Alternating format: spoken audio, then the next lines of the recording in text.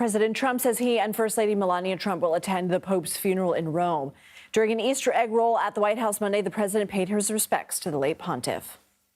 He's a very good man who loved the world, and he especially loved people that were having a hard time. And that's good with me.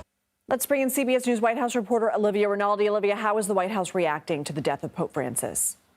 Well, Lindsay, it was a bit of a surprise here on this Easter morning when President Trump and First Lady Melania woke up to the news that the Pope had passed away. Flags here at the White House are flying at half-staff. And as you mentioned, they will be attending the funeral for Pope Francis. Now, that is expected to happen somewhere between 5 to 7 days after the Pope passes. So we don't have a specific date yet, but we do know that the White House is making preparations for the president and First Lady to go to that funeral when it is held. Also, quite of note, Vice President J.D. Vance was in Rome yesterday for Easter Sunday, and he actually met with the Pope, and they shared a few words. The Pope gave him a blessed rosary, and this morning we've heard that the Pope had unfortunately passed away. We now know that's due to a stroke, but quite a notable meeting for the Vice President yesterday, just ahead of the Pope's passing, unfortunately. I want to get to some other news of the day. There is a lot. Markets fell Monday after President Trump again attacked Fed Chair Jerome Powell on Truth Social, saying in part, quote, there can be a slowing of the economy unless Mr. Too Late, a major loser, lowers interest rates now. What do you make of these latest comments?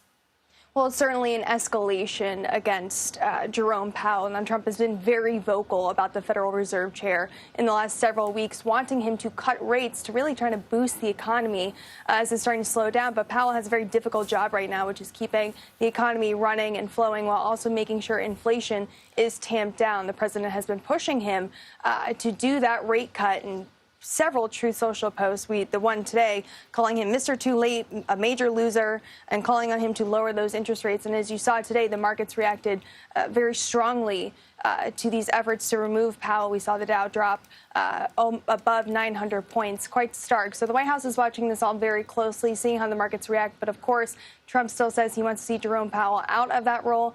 He cannot remove Powell, but for cause, Powell is in that role until 2028, Lindsay. Harvard University suing the Trump administration now after the administration froze billions in federal grants to the school. What's the latest?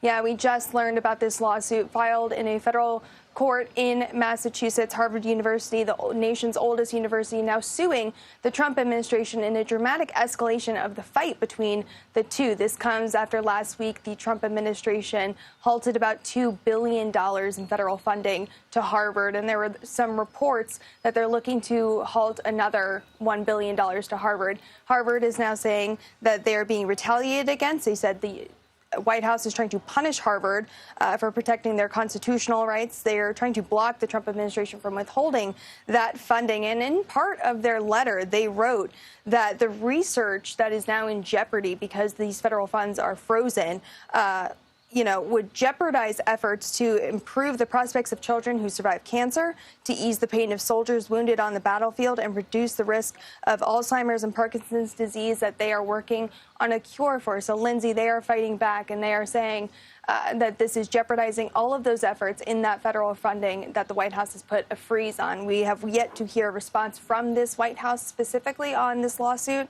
But quite notable in the escalation of the fight between the nation's oldest university and the White House. CBS News has learned that Defense Secretary Pete Hegseth shared attack plans and a private signal chat that included his wife, brother, and personal attorney. This was the same day as that other signal chat in which National Security Advisor Mike Waltz inadvertently added a journalist. How is the White House responding? Well, the White House says they're sticking by Secretary of Defense Pete Hegseth. Now, of course, he's under fire for this second signal group chat that we have learned about that, as you mentioned, has his wife, his brother, and his personal lawyer in them. I should note that his brother and personal lawyer, Tim Parlator, have positions at the Department of Defense, but still does not explain exactly why they were in this specific group chat. We also know that in this group chat, there were flight schedules for F-18s that were shared. Those were planes that were striking Houthi targets at the time, so quite notable there. But the White House says they're staying behind Hegseth and that Trump still has his full support and faith within the Secretary of Defense. We also heard from the Defense Department on this specific issue, and they said there was no classified information shared in this specific signal chat. Olivia Rinaldi, thank you.